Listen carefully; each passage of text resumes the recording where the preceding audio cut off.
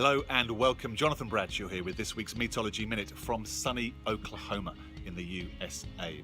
Now, I have to say, putting aside any political stuff that's going on at the moment, for me personally, this country and indeed this state is one of the most friendly places I've been to.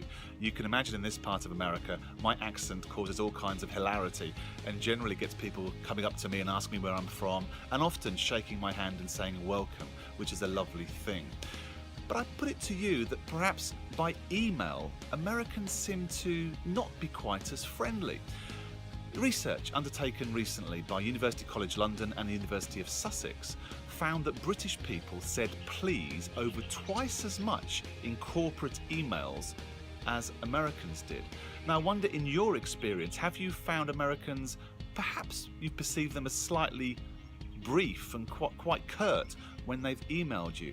Certainly I've perceived it that way. Emails that don't start with Dear John or Jonathan, just John, this is what's happening, and no ending, just stops. Really strange as a British person to perceive, and I've felt that that's been a bit rude.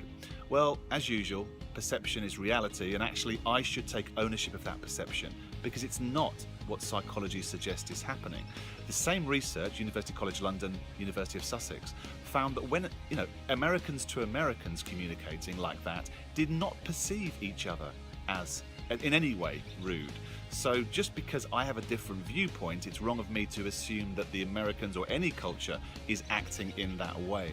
We've got to be very careful. We don't really specialise in cross-cultural communications at all, but it is worth saying that when we are communicating with other cultures, how we perceive what they're saying can be very different to what they really mean.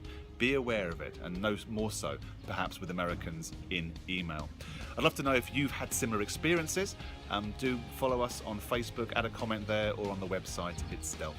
And I'm hopefully going to be here again in a week's time in sunny Oklahoma for next week's Meatology Minute, exploring the fascinating psychology powering exceptional people skills. See you in 7 days. Until then, take care. Cheers. Bye-bye.